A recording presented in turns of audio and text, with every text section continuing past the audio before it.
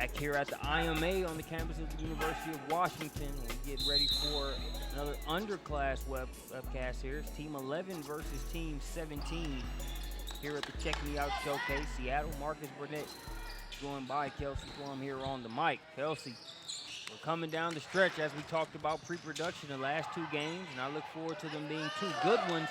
That's a pretty good start there for number 124, Megan Faisal. Marcus, I'm just excited to be back on the mic. You know, I'm a little over-coaching right now. So. Well, it's a pleasure to have you here in the broadcasting capacity. You've done a great job coaching all weekend, and these ladies have been able to soak it up like a sponge. We're going to have a trip to the free throw line for one of our guests on the webcast yesterday. Number 209, Nicole Leff, is there at the charity strike. I'm really excited to watch Trinity Slocum play. Her older sister, Destiny, is going to Maryland. She's about to be a freshman. She should start. Great player, McDonald's All-American.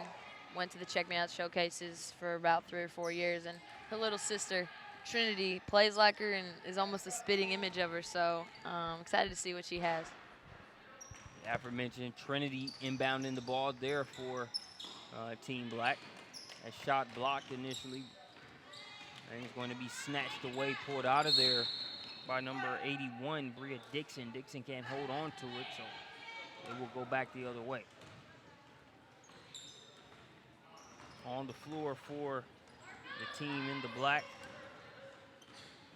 Team 17, you got Trinity Slocum with the ball. She's joined by Megan Faisal. Number 99, Haley Hewart. Number 5, Keisha Stark. And one hoop in the harm there for Faisal. Nice take by Faisal. She just loaded the defender with her sleeve, crossed over, finished with the right with contact. Faisal, Seattle native, ECBA Swish Black. ECBC Swish Black. I forgot how to say it, but they have been well represented at this showcase. I've been very impressed with many players on their team. I agree with you more. Each player here to get better individually as part of their camp game experience, but it's nice to see the different travel programs represented. ECBA Swiss Black has been a common mention here on site. That one's in and out. You got Cal Stars represented, Way to Win, Seattle Future, Tree of Hope, Northside Swarm, and the list goes on. Here for the programs represented. Nicole Leff knocked down that free throw. I like her aggressiveness early. She's taking it to the hole. She's a very strong player. Likes the physicality. So I really like when players don't shy away from the contact. Leff out of Cedar Park, Texas. Should be a very nice collection of abilities. When you've already talked about her size, no stranger to contact at all, but also she talked about the versatility that she wants to be able to provide as she continues to develop, not just being relegated to the interior. So will be a fun player to watch over the next few years. Slocum gets to the third level, too strong on the layup, but you see how she was able to get to the spot. $1 million move, $2 finish. Yeah. Nice entry pass to left. She collects it and we'll go to the line. You know, Coach Hemingway, Jonathan Hemingway was here on site. He and I talk all the time about sometimes how underrated the entry pass really is. As that's one of the responsibilities that falls on your plate plenty of times. Talk about being able to get that in, finding the best angle to do so. A player that can get the ball and deliver it in a way for post players to be able to go up and score without having to dribble or make a move, give them a good angle to the basket, is priceless in my book. I mean, you make people better around you by putting them in better positions. So it says a lot about somebody that can get somebody like their teammate good angles to score. Jumper misses. Nice rebound there by Faisal. 3 just outside the corner, and that's nothing but net there for number 99. It's Haley Ewart. Haley Hewart, I'm close with her family. Her dad, Brock Hewart, big Husky supporter and bleeds purple. that the same Brock Ewer that was a QB in the NFL for some time? That is the Okay. same. Most definitely. Good stuff. We'll have some substitutions.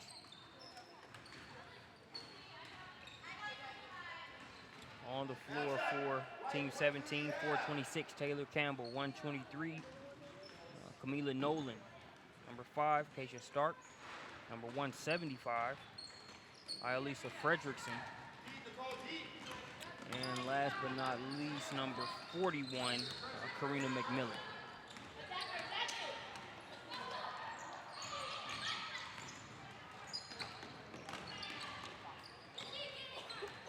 Stark with it now.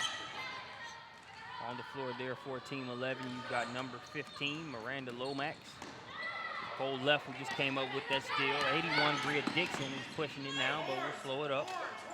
Number 26, Jada Wood. You know, as we come into this last day and the last hours of this camp, you can start to see, that was a nice entry pass there. Again, I think you can start to see some ball handling mistakes. People are tired, they're a little bit short on their passes, they're lazy, and you know, they don't secure the ball. Just little things like that really creates a lot of turnovers, and it can turn for some sloppy play in the late games. Seeing the battle of attrition take his toll. We'll see who can push through, even here at a young age, and get better in the process. It'll be brought across by Bria Dixon. Dixon guarded by Nolan.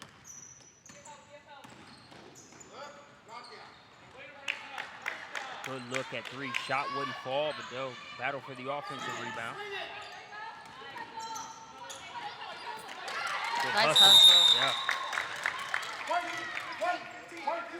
I love that, diving on the ground, getting a jump ball.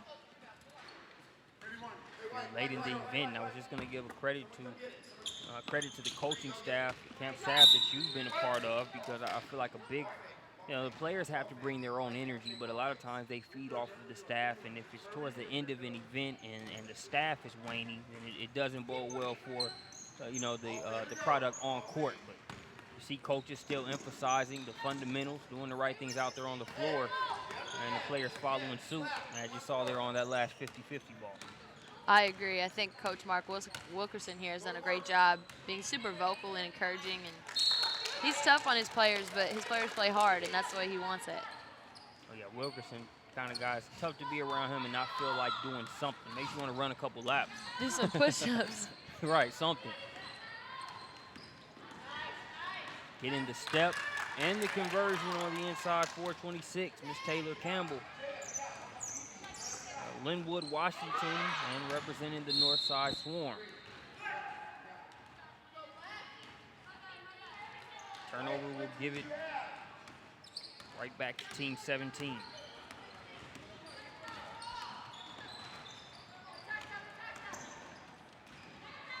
Score is 10-5. We're just under the 9-minute mark.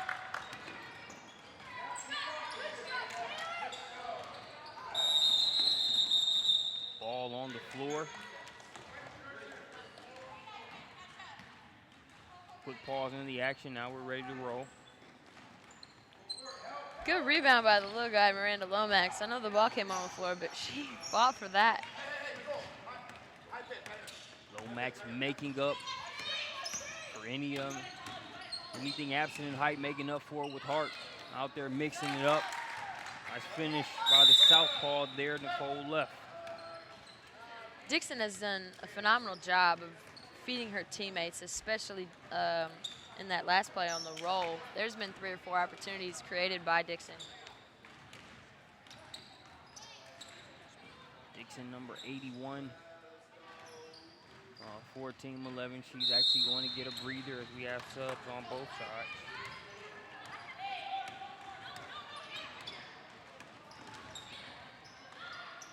Nice pass by Slocum. Good finish. Slocum, the helper, Megan Fiso with the lay-in.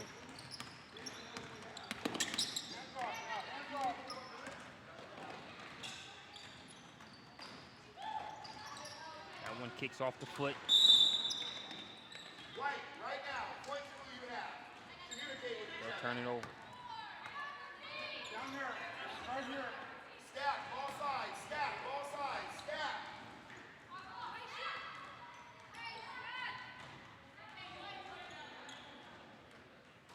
Right there.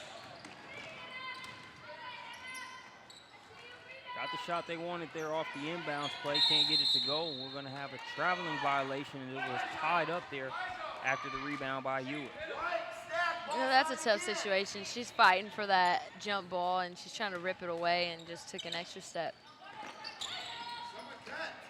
In a organized game, she might have gotten that foul call here in the camp setting. You like to see a little bit of extra contact. Players play through it, as she tried to do there on that play. Showing the ball, can't get the layup to go.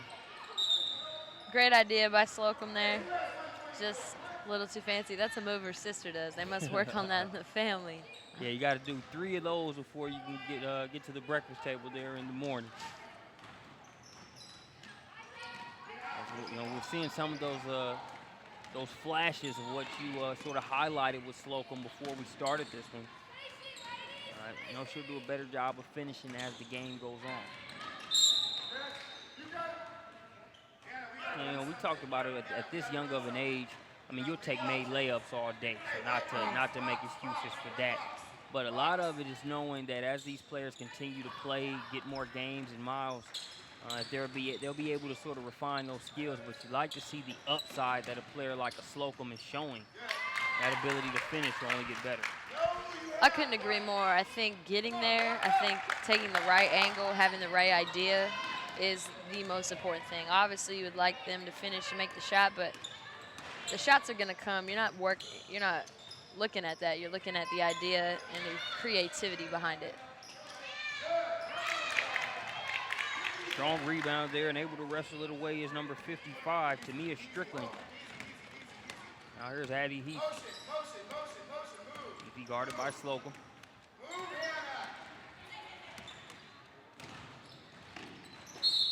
That one will go off the knee of number 414, Hannah Reitz.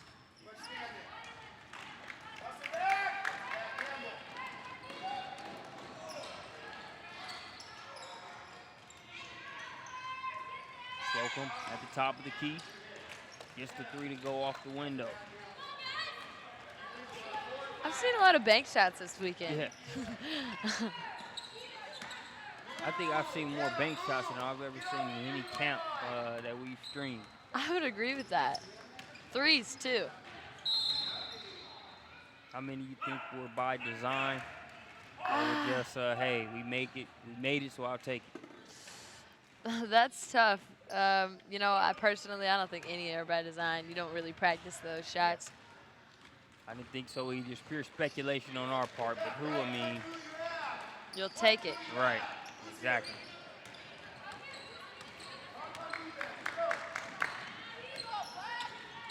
Score is 11-15. Here as we approach the 4-minute mark. On rebound, ends up back in the hands of Nicole Lindblom.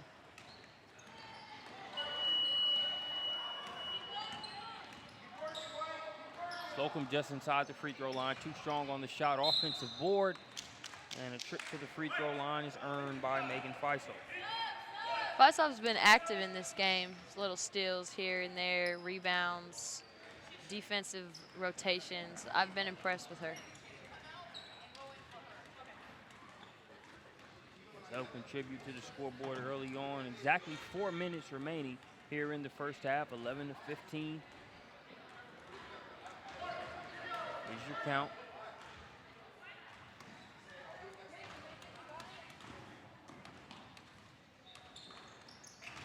And Faisal good on the free throw. So that'll make it 17-11 in favor of Team 17. Nice pass. Good finish. There's Dixon again with a nice entry pass. She's had 4 or 5 of those just in this game. Dixon and Nicole Luff, a nice little combination right there. Just good basic basketball. But again, Luff You talked about it earlier.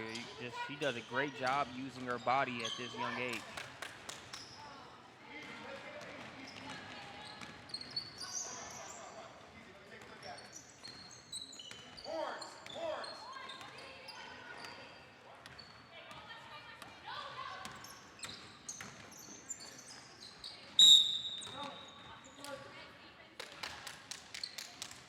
Jada Wood gets called for the travel there. I didn't see it, but guess the official had a better angle than I did. I don't think Jesus saw it, so. So that means I'm in pretty good company, huh? Yes, sir. Oh, nice block by Dixon. Good swat by Dixon. 13-17 now.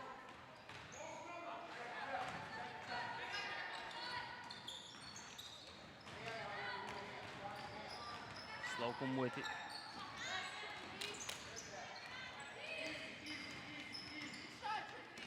Another rebound for Strickland.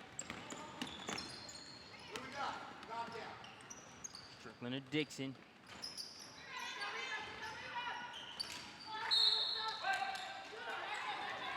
Knocked out a play there by Fredrickson, as both her and Nicole Leff were battling for it. Dixon to throw it in. I like how Dixon communicated with her teammates before she took the ball out, so the ref couldn't hand her the ball. Got everyone in line and set up. One of the best vocal leaders at camp. And how impressed are you to see that at this age, with it being in the underclass division? It's extremely impressive, especially in this age where it's not cool to be not bossy, but lead and be vocal.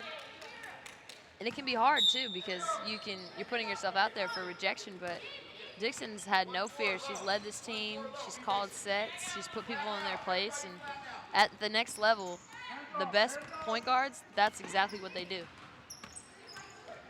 I talked to one of the camp parents here about that same element earlier today, just about how you want to see your child lead and young players do certain things on the floor, but some of that, it's hard to instill it in them. They sort of have that or they don't, and while you want to improve their basketball acumen and their awareness out there, sometimes you just have it, and I think Dixon is just doing that naturally per the kudos you gave her a few minutes ago. I would agree. I think leadership is a skill that you're born with, but at the same time, there's different ways to lead.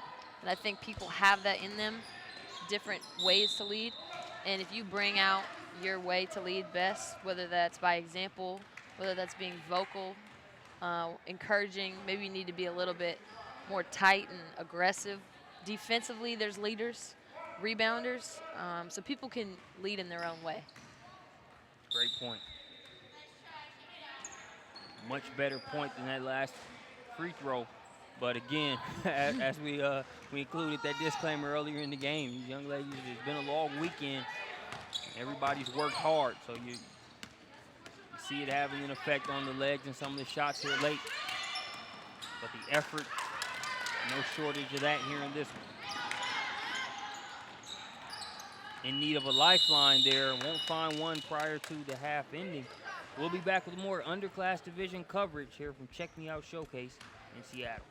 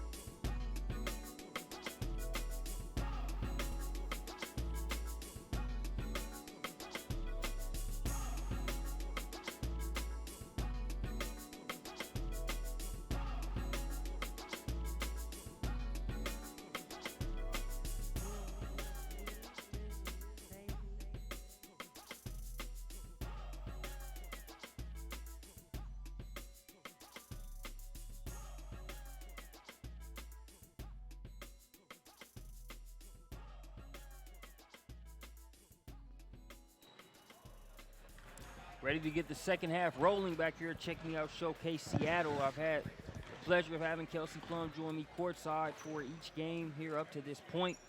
Gets even better as Chris Hippa takes a second to sit down with us, lead trainer here on site. And I'm going to give you a disclaimer. He's done his job to the fullest. Part of why the next voice you'll hear has been tested over the past few days, huh, Chris? You talk about a voice. What voice? I mean, obviously my voice right now is a little bit raspy. I'm going 16 days in a row from Boston to China to BC straight to Seattle. But I'm glad to be here. You know, Marcus, when you introduce Chris, you got to say "the" like it's capitalized. The Nah, it Chris has nothing to do Hippa. about because the H is in there for hard work. and I've got the if there is a the from a hard work. So, but yeah, I'm here and I'm glad to be here.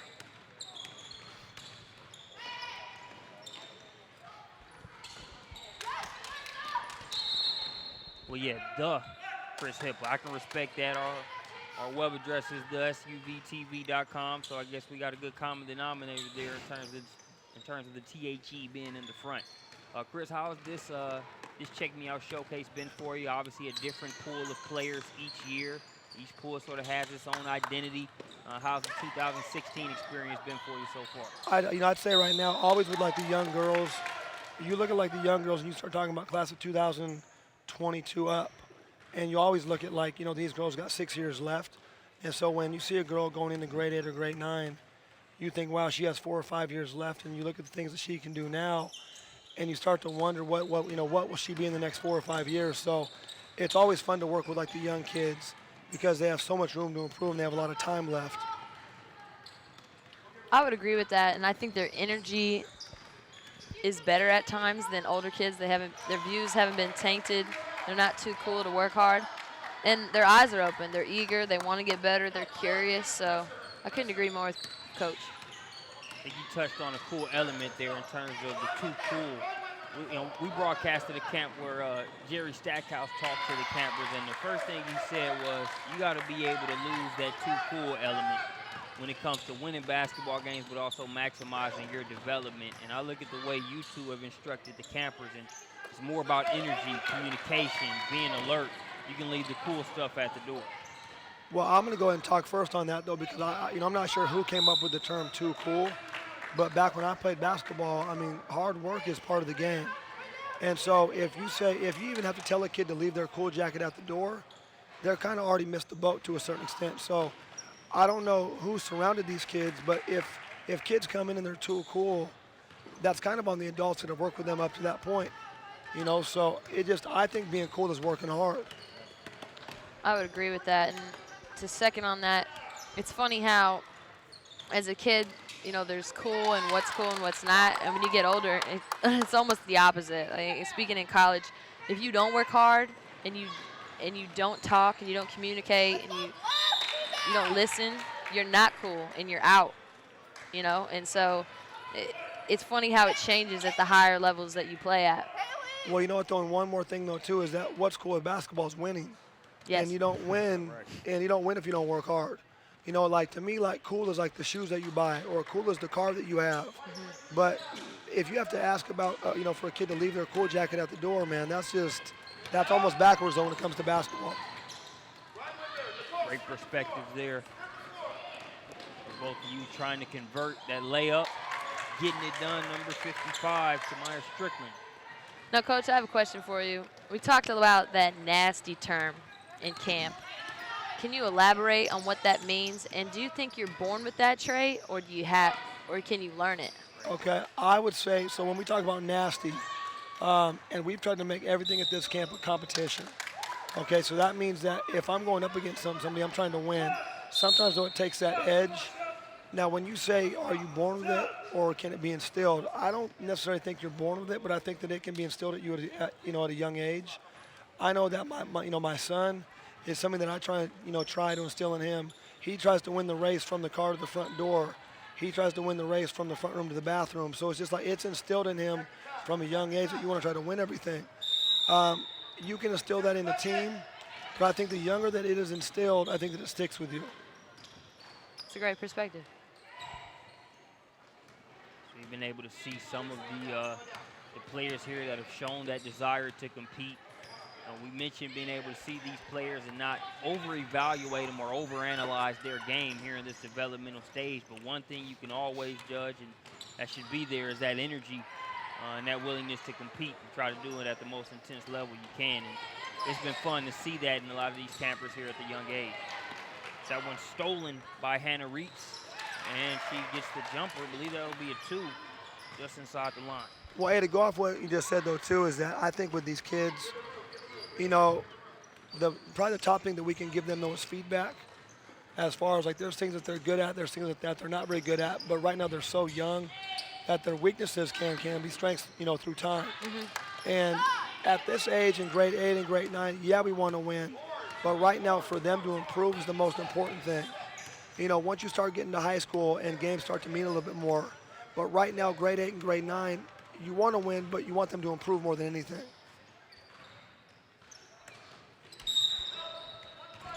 That last bucket for Team Black was scored by number 5, Keisha Stark. Stark out of Linwood, Washington. Northside Swarm representative.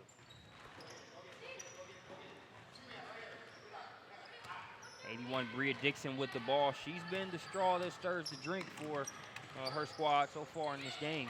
She's a good solid point guard. She has a good feel. You know, probably the top thing that I see with her is that her overall presence. She's not afraid to put a girl in the corner, call for an on-ball screen. And as a lead guard, though, you got to be able to talk on the floor, and she shows a good command with the basketball. We talked about that earlier in this broadcast in the first half, how she's gotten her teammates involved. She's created numerous opportunities for easy scoring for Team White. So, yeah, I've definitely been impressed with her as a general. And she's from Portland, Oregon, 2020, so.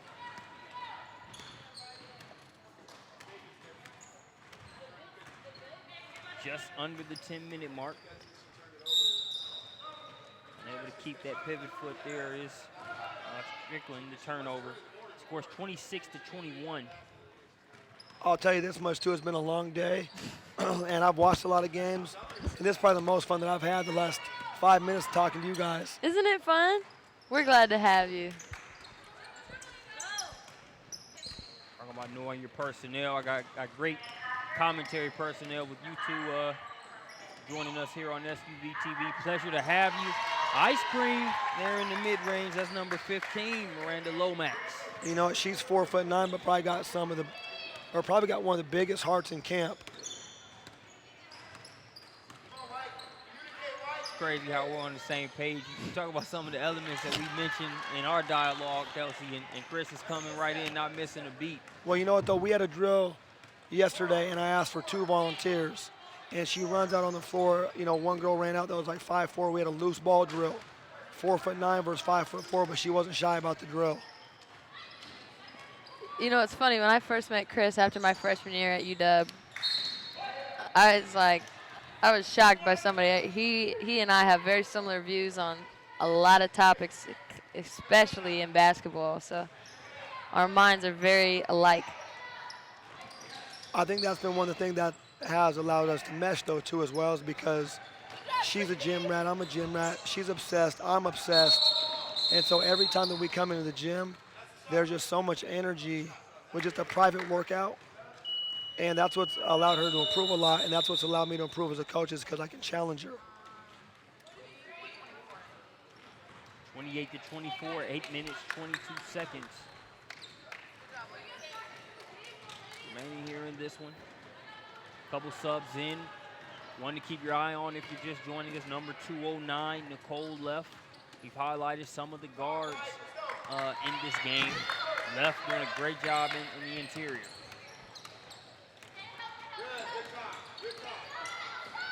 Looks like she might have got a piece of that one. Dixon doesn't leave it to chance, and she's able to save it right to Malaya Smith.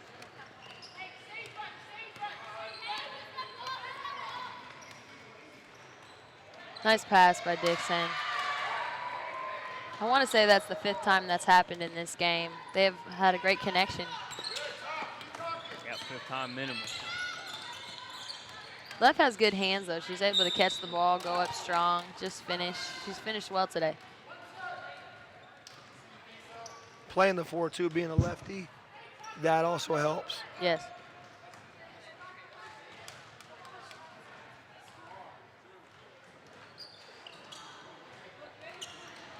throws miss. Dixon chasing down the rebound. I'm sure she'll get it back. A lot of talent in this underclass division. Overall, we'd love for both of you guys to sort of give a nutshell summary on some of who you felt were the key performers here over the course of the past 2 days. You know what? I'm looking at my sheet right now because I'm not very good with names. But I'll go ahead and find some. Reagan Reed, and I believe she plays for the Seattle Future. Good player, good athlete, good feel. She'll be on in the next game. Be sure to stick with us. She's solid. Obviously, we've talked about the point guard here. We've talked about left. Also, number 99 for the Black, Heward. Her dad played college football here at the U, Brock Heward, and she's got some good genes, though she has a good build, though she can shoot it, and she'll be good too as well.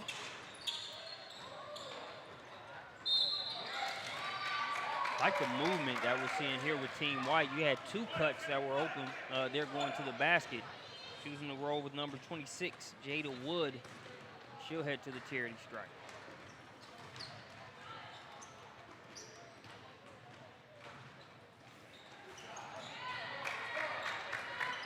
Cashes in on the 1 for 2 free throw opportunity. Can we get a score check? Yes, ma'am. It is 24 to 32. It's 6 minutes, 4 seconds and counting.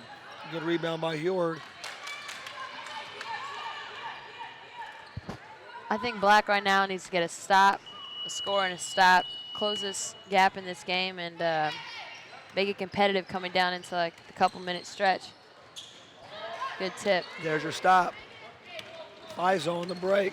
She's tough too as well. She reminds me a lot of a freshman you guys got, Kels. Lonnie. Melanie? You know, as far as being able to take the ball off the board. Yes. Handles it, passes it well. I'm really excited about Melanie. She's gonna be good this year. Should be interesting to see how, as these freshmen come along.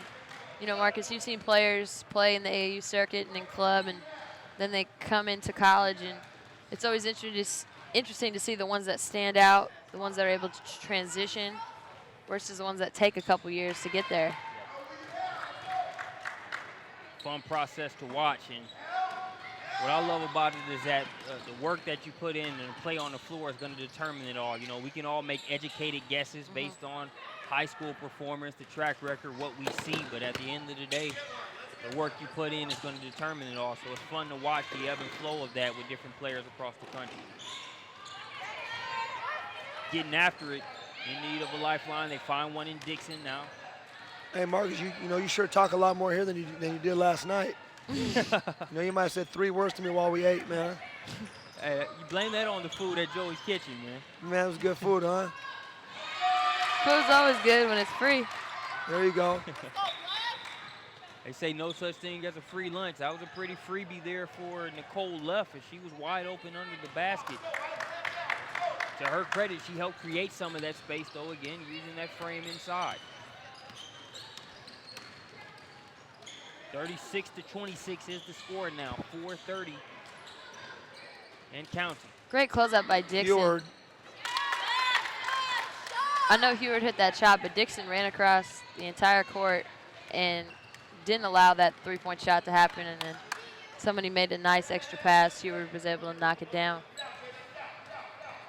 Well, that's some of the things that we talked about at Camp 2 yesterday is, if you can't score, you got to be able to be the one to make the extra pass, take a charge, be on the floor for a loose ball, be a good teammate. So it's not all about scoring, but it's about doing the small things sometimes too.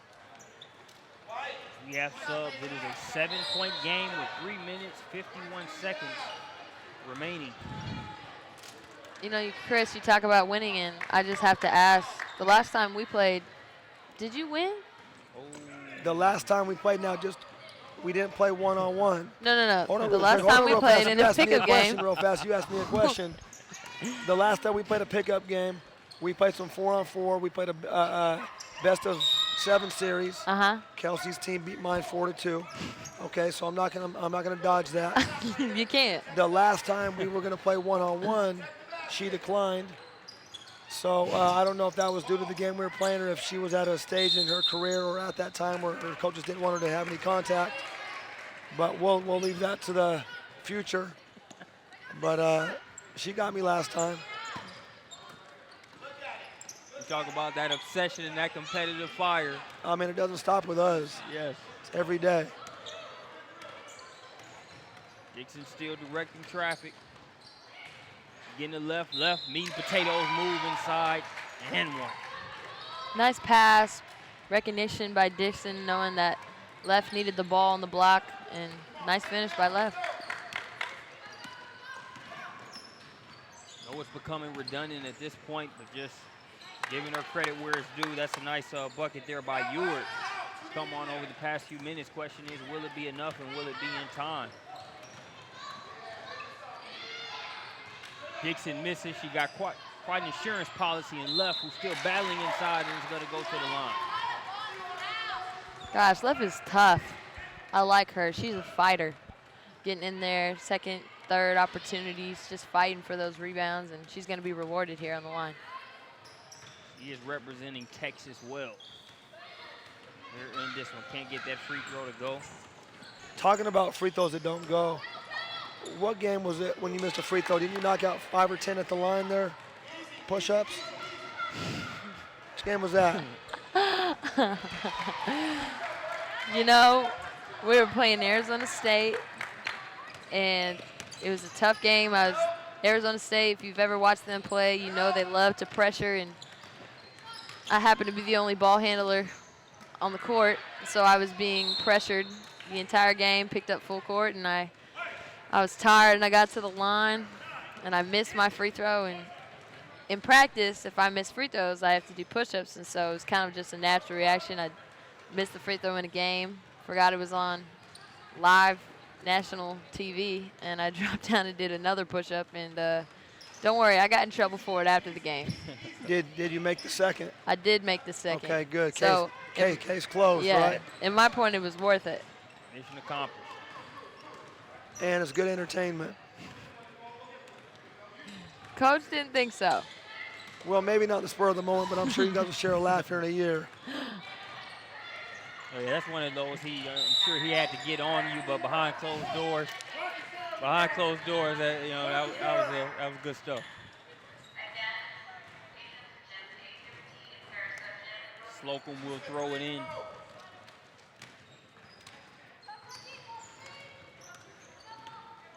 So an 8-point game here. Not a lot of time left. How much time? Do you know? Not a good foul there. 52 seconds remaining. 8-point game. So need to Last thing you want to do there is stop the clock. So 1 for 3 free throw.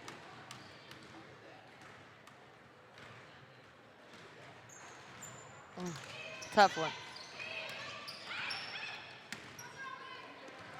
Left to pass ahead to Lomax. Lomax can't get the shot to go left. Is following. Smart play by left. She understood that defense was around her. She caught it in the air and got fouled. Left talked about her dream school being the University of Texas. Fans there in the burnt orange and white might want to keep an eye on her over the next few years. There'll be some good talent to keep in state as she continues to develop.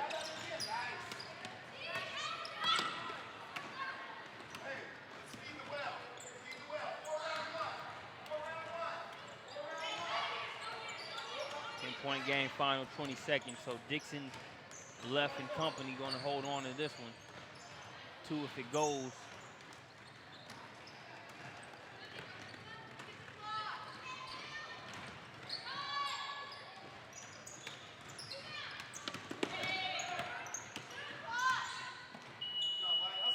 So that will do it for this one. I'm Marcus Burnett. She's Kelsey Crone, the Chris Hippa. And we appreciate you joining us here on SUV TV. We'll be back with the final game of the count here after this short break.